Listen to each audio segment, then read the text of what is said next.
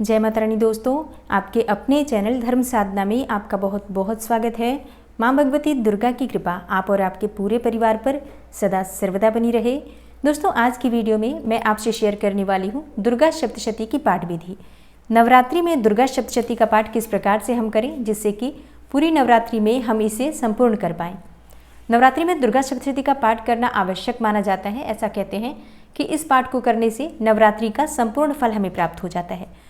तो अक्सर आप लोगों के प्रश्न आते हैं कि किस प्रकार से हम पाठ करें, क्या हम हिंदी में पाठ करें या फिर संस्कृत में पाठ करें, कौन सा पाठ करना श्रेष्ठ होता है। देखिए, दुर्गा सप्तशती की 2 पुस्तकें आती हैं, एक तो हिंदी में आती है, हिंदी अनुवाद, और दूसरा हिंदी और संस्कृत दोनों में होती है। जैसे कि ये जो पुस्तक है इसमें हिंदी और संस्कृत दोनों में आपको मिल जाएंगे। जैसे संस्कृत में श्लोक हैं, फिर उसके नीचे हिंदी में उनका अनुवाद किया है। कोई फ़र्क नहीं है कि अगर आप हिंदी में पढ़ते हैं या संस्कृत में पढ़ते हैं, आपका उच्चारण ठीक होना चाहिए। अगर आप संस्कृत में बहुत अच्छे से पढ़ पाते हैं, कोई भी गलती नहीं करते हैं उच्चारण में, तो आप संस्कृत में भी पढ़ सकते हैं। लेकिन अक्सर प्रॉब्लम ये होती है कि सबको संस्कृत पढ़नी नहीं आती है और पढ़ना हर कोई चाहता है, तो फिर आप संस्कृत में नहीं हिंदी में पढ़ लीजिए। उसका भी आपको उतना ही लाभ मिलता है अगर हम सच्चे मन से और श्रद्धा भाव से पढ़ते हैं, बिना मिस्टेक किए, बिना कोई वाणी में गलती किए, उच्चारण में गलती किए, तो हमें हमारे पाठ का संपूर्ण फल मिलता है, चाहे हम हिंदी में पढ़ें या फिर संस्कृत में पढ़ें। तो आज की वीडियो में मैं आपसे शेयर करने वाली हूँ कि दुर्गा सप्तशती का पाठ नवरात्रि में आपको किस प्रकार से करना है। अच्छा, तो सबसे पहले जानते हैं कि दुर्गा सप्तशती का पाठ किया किस प्रकार से जाता है। देखिए, दुर्गा सप्तशती का पाठ अपने अपने हिसाब से अपने समय के अनुसार बांट लेते हैं। भक्त की अध्याय के अनुसार पाठ करते हैं। कई भक्त हैं जो कि सारे अध्याय का पाठ एक ही दिन में, मतलब संपूर्ण रूप से दुर्गा सप्तशती का पाठ, ये पूरी पुस्तक एक ही दिन में पढ़ जाते हैं। समय के ऊपर निर्भर करता है। मान लीजिए आपके पास समय है, आप पढ़ पाते हैं, तो 3 साढ़े 3 घंटे का समय लगता है एक बार दुर्गा सप्तशती समाप्त करने में। अगर आपके पास इतना समय है, बिल्कुल आप पूरी दुर्गा सप्तशती एक ही दिन, मतलब हर रोज़ पूरी दुर्गा सप्तशती का पाठ कर सकते हैं। लेकिन अक्सर इतना समय सबके पास नहीं होता है। ऐसे में हम क्या करते हैं, दुर्गा सप्तशती के जो अध्याय होते हैं, 13 अध्याय हैं, उसके अलावा कवच, अर्गला, कीलक, सिद्ध कुंजिका स्तोत्र, रात्रि सूक्त, ये सभी चीज़ें भी होती हैं।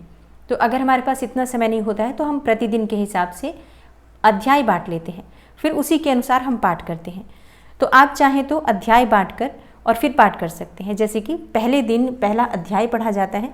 अब मैं आपसे शेयर कर रही हूँ कि 7 दिन में आप किस प्रकार से दुर्गा सप्तशती का पाठ संपूर्ण कर सकते हैं, और फिर बाकी के बचे हुए दिन में आपको क्या करना है वो भी मैं आपसे शेयर करूंगी। तो जैसे कि दुर्गा सप्तशती का पहला अध्याय आपको पहले दिन पढ़ना है, ठीक है। अगर आप 7 दिन में संपूर्ण करना चाहते हैं तो पहले दिन पहला अध्याय, दूसरे दिन दूसरा और तीसरा अध्याय पढ़ेंगे, तीसरे दिन आपको चौथा अध्याय पढ़ना है, और फिर चौथे दिन आपको 5वां, 6ठा, 7वां और 8वां 4 अध्याय एक साथ पढ़ने हैं। फिर उसके बाद से 5वें दिन आपको 9वां और 10वां अध्याय पढ़ना है, और 6ठे दिन अध्याय 11 पढ़ना है। फिर 7वें दिन अध्याय 12 और 13। इस प्रकार से 13 अध्याय आपके समाप्त हो जाएंगे सप्तमी तिथि के दिन सुबह या फिर शाम को, जब भी आप पाठ करते हैं। तो 7 दिन में आप पाठ संपूर्ण कर लेंगे। फिर 8वें दिन बहुत से घरों में कंजिका होती है, बहुत से दिनों में बहुत से घर ऐसे हैं जहाँ पर 9वें दिन कंजिका होती है। तो 8वें दिन अगर आप कंजिका करते हैं तो उस दिन आप सिद्ध कुंजिका स्तोत्र का पाठ कर सकते हैं, या फिर तीनों रहस्य पढ़ सकते हैं आप 9वीं तिथि के दिन या फिर अष्टमी तिथि के दिन। तो इस प्रकार से दुर्गा सप्तशती का पाठ आप 9 दिनों तक कर सकते हैं। चाहे तो जैसे सप्तमी तिथि के दिन आपने समाप्त कर लिए 13 अध्याय, तो फिर अष्टमी और नवमी को आप पूरे अध्याय का पाठ कर सकते हैं। 13 अध्याय पूरी तरह से अष्टमी और नवमी को दोनों दिन कर सकते हैं। तो ये पूरी तरह से आपकी अपनी इच्छा पर निर्भर करता है।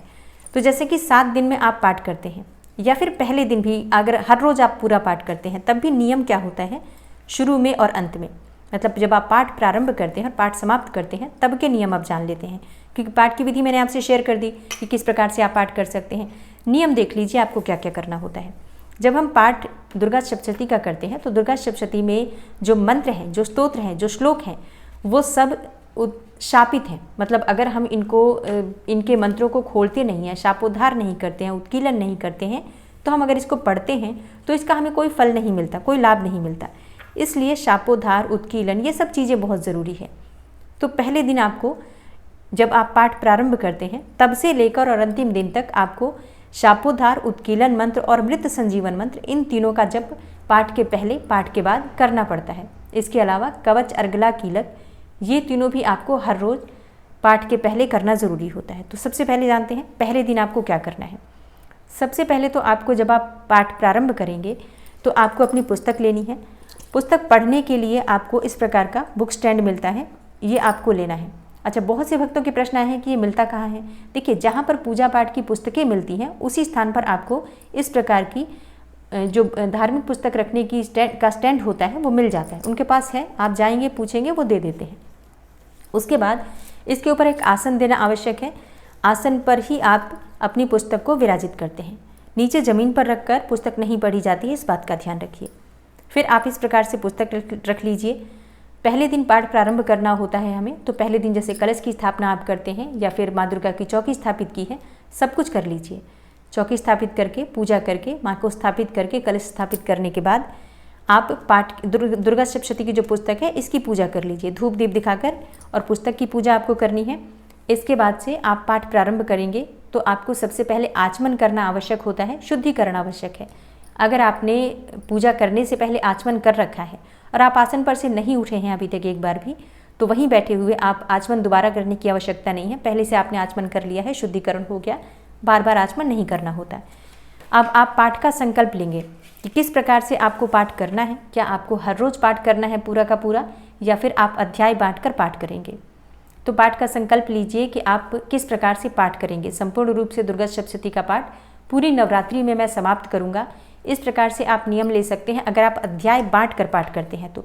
और हर रोज़ आप दुर्गा सप्तशती का एक बार पाठ करेंगे, संपूर्ण पाठ करेंगे, इस प्रकार का भी आप संकल्प ले सकते हैं।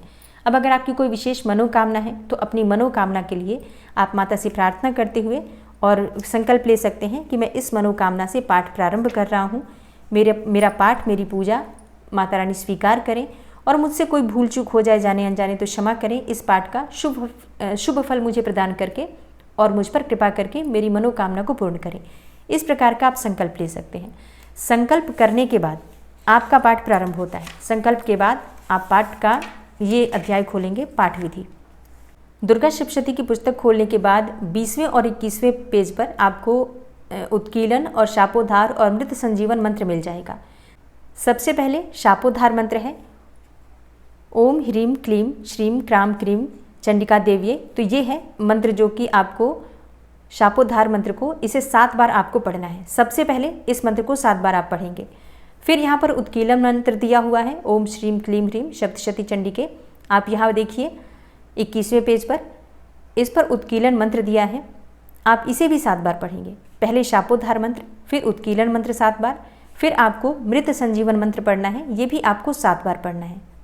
पाठ से पहले और पाठ जब आप संपूर्ण करेंगे तभी भी 7-7 बार इन तीनों मंत्रों का आपको जप करना है। मतलब ये तीनों मंत्र मिलाकर कुल 21 बार हो जाएंगे। जब आप पाठ प्रारंभ करेंगे तो इनका 21 बार जप करना है। आप चाहे तो ये मंत्र भी पढ़ सकते हैं, लेकिन इसकी आवश्यकता नहीं है।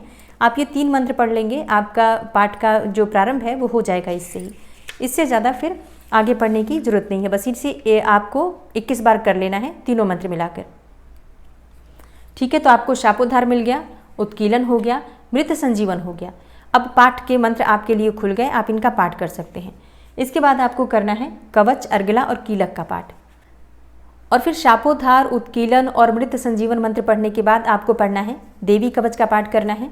फिर आपको अर्गला स्तोत्र का पाठ करना है, उसके बाद कीलक मंत्र का जप करना है। ठीक है, यहाँ तक आपने कीलक कर लिया। उसके बाद आपको तंत्रोक्त रात्रि सूक्त का पाठ करना है। ये वेदोक्त रात्रि सूक्त है, यहाँ पर देखिए, और ये आपको नहीं पढ़ना है। आप चाहें तो पढ़ सकते हैं, लेकिन आवश्यकता नहीं है। आप कोई भी एक रात्रि सूक्त पढ़ते हैं तो आप तंत्रोक्त रात्रि सूक्त का पाठ कर लीजिए कवच, अर्गला, कीलक के बाद। और इसके बाद आपको 108 बार नवार्ण मंत्र का जप करना है। ठीक है, पाठ प्रारंभ करने से पहले आपको ये सभी चीज़ें करनी है पहले ही दिन, और हर रोज़ आपको ये नियम पूर्वक करना है। मतलब पहले दिन नहीं, हर रोज़ आपको नियम पूर्वक ये सभी चीज़ें पढ़नी है। तो अच्छी तरह से सुन लीजिए। आपको उत्कीलन मंत्र, शापोद्धार मंत्र, मृत संजीवन मंत्र, फिर आपको देवी कवच, अर्गला, कीलक, ये तीनों पढ़ना है। उसके बाद तंत्रोक्त रात्रि सूक्त का पाठ करना है, और उसके बाद आपको 108 बार नवार्ण मंत्र का जप करना है। फिर आपका पाठ प्रारंभ होगा। सबसे पहले दिन पहला अध्याय आपको करना है। पहला अध्याय पूरा करने के बाद आपको फिर से वो तीनों मंत्र जो शुरू में आपने पढ़े थे, उत्कीलन, शापोद्धार और मृत संजीवन, इन तीनों को फिर से 7-7 बार पढ़ना है। और इसके बाद आप चाहें तो सिद्ध कुंजिका स्तोत्र का पाठ कर सकते हैं, और क्षमा याचना मंत्र पढ़ सकते हैं, और या फिर आप चाहें तो तंत्रोक्त देवी सूक्त का पाठ फिर से करने के बाद क्षमा प्रार्थना मंत्र करके और आप पाठ को संपूर्ण कर सकते हैं। अच्छा, अगर आपके पास समय है तो 108 बार फिर से आप नवार्ण मंत्र का जप समापन के समय में भी कर सकते हैं। नहीं कर पाते हैं तो भी कोई बात नहीं। तो इस प्रकार से आपको प्रतिदिन पाठ करना है। अब अगर आपके पास और भी समय है, मान लीजिए कि आपने पहला पाठ कर लिया और आपने सारे जैसे कि कवच अर्गला कीलक वगैरह सब होने के बाद आपके पास समय बचता है, तो आप इसमें से जो 3 रहस्य आते हैं, वैकृतिक रहस्य, यहाँ देखिए प्राधानिक रहस्य, वैकृतिक रहस्य और मूर्ति रहस्य, तो ये तीनों रहस्य का पाठ भी आप प्रतिदिन चाहे तो कर सकते हैं। मतलब आपके पास जितना समय हो उसके अनुसार आप पाठ कर सकते हैं। लेकिन अगर आप 7 दिन में पाठ करते हैं तो पाठ की विधि वही होगी। पहला पाठ पहले दिन होगा, कवच अर्गला कीलक करेंगे, शापोद्धार मंत्र आप तीनों पढ़ेंगे 21 बार, और उसके बाद से अंत में फिर से आपको शापोद्धार मंत्र करना है, नवार्ण मंत्र करना है और तंत्रोक्त देवी सूक्त का पाठ करना है। तंत्रोक्त देवी सूक्त का पाठ अगर आप नहीं करना चाहते हैं तो आप सिद्ध कुंजिका स्तोत्र का पाठ प्रतिदिन कर सकते हैं उसके स्थान पर, लेकिन मंत्र तीनों आपको ज़रूर जपना है पहले और बाद में। और इसके अलावा आप कवच अर्गला कीलक सिर्फ पाठ के प्रारंभ में ही करेंगे, बाद में करने की आवश्यकता नहीं है। नियम पूर्वक इसी प्रकार से आपको पाठ प्रतिदिन करना है।